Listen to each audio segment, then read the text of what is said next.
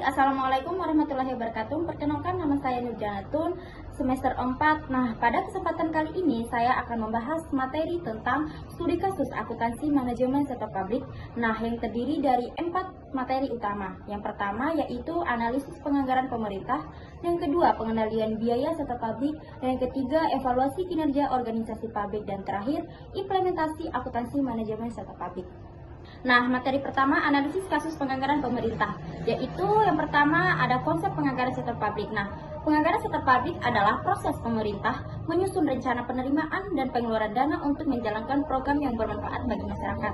Sedangkan yang kedua, permasalahan dalam penyusunan anggaran. Nah, dalam menyusun anggaran sering ada kendala seperti data yang kurang lengkap, perencanaan yang kurang matang, atau perubahan kebutuhan di lapangan.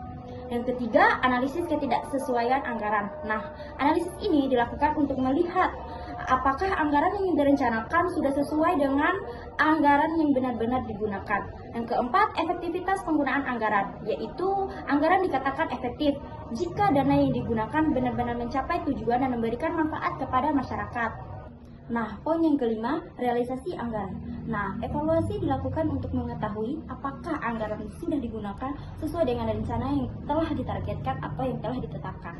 Nah, poin yang keenam, faktor penyebab pemborosan anggaran. Nah, pemborosan ini bisa terjadi karena perencanaan yang kurang baik, pengawasan yang lemah, atau penggunaan dana yang tidak tepat.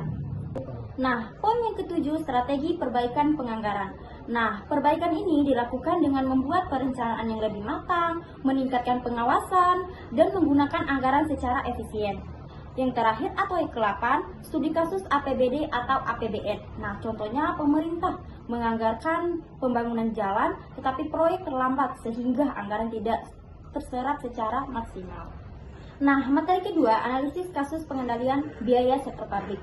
Nah, poin yang pertama ada konsep pengendalian biaya publik. Nah, pengendalian biaya publik adalah cara pemerintah mengawasi pengeluaran agar tidak melebihi anggaran yang sudah ditetapkan. Nah, poin yang kedua, penyebab pembengkalan biaya. Nah, biaya ini bisa membengkak karena kenaikan harga, perubahan proyek, atau perencanaan yang kurang tepat. Yang ketiga, analisis efisiensi biaya program. Nah, analisis ini bertujuan untuk mengetahui apakah biaya yang dikeluarkan sudah sebanding dengan hasil yang diperoleh. Nah, yang keempat, strategi penghematan anggaran. Nah, penghematan dilakukan dengan mengurangi pengeluaran yang tidak perlu tanpa mengurangi kualitas pelayanan. Nah, poin yang kelima, pengawasan penggunaan dana publik. Nah, pengawasan penting agar dana pemerintah digunakan sesuai aturan dan tidak disalahgunakan. Yang keenam, evaluasi pengendalian biaya. Nah, evaluasi dilakukan untuk mengetahui apakah pengendalian biaya sudah berjalan dengan baik. Nah, contoh studi kasusnya ini yang ketujuh, misalnya biaya pembangunan sekolah melebihi anggaran, sehingga perlu dicari penyebab dan solusinya. Nah, sedangkan poin ke-8, solusi meningkatkan efisiensi biaya. Nah, solusinya adalah memperbaiki perencanaan, meningkatkan pengawasan, dan menggunakan anggaran secara bijak.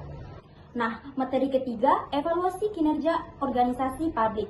Nah, poin yang pertama ada penilaian kinerja organisasi pemerintah.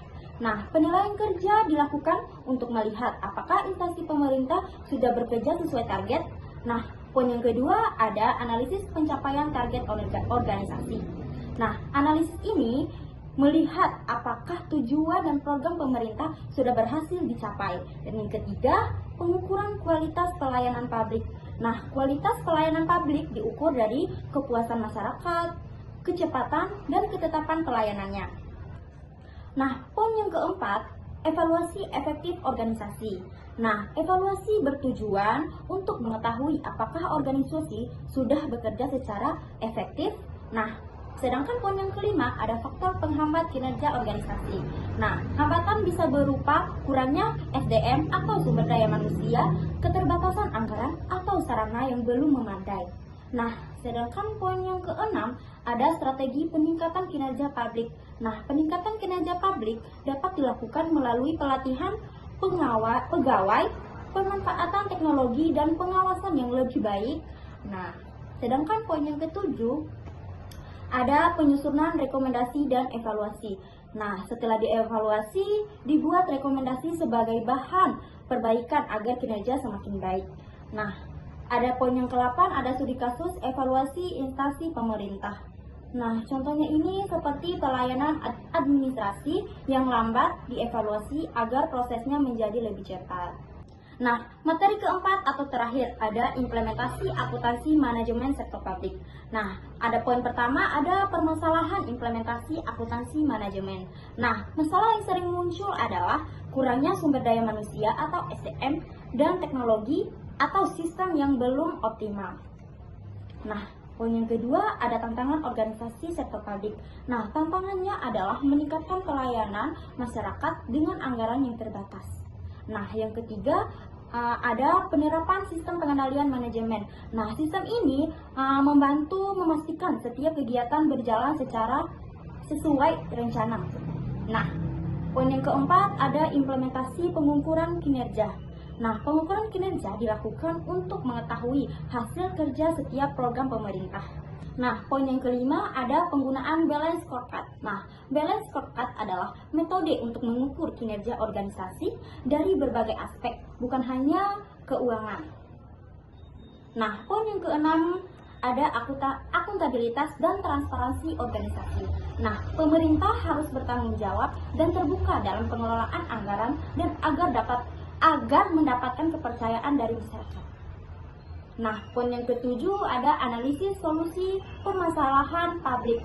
Nah, setiap masalah dianalisis untuk mencari solusi yang tepat sehingga pelayanan menjadi lebih baik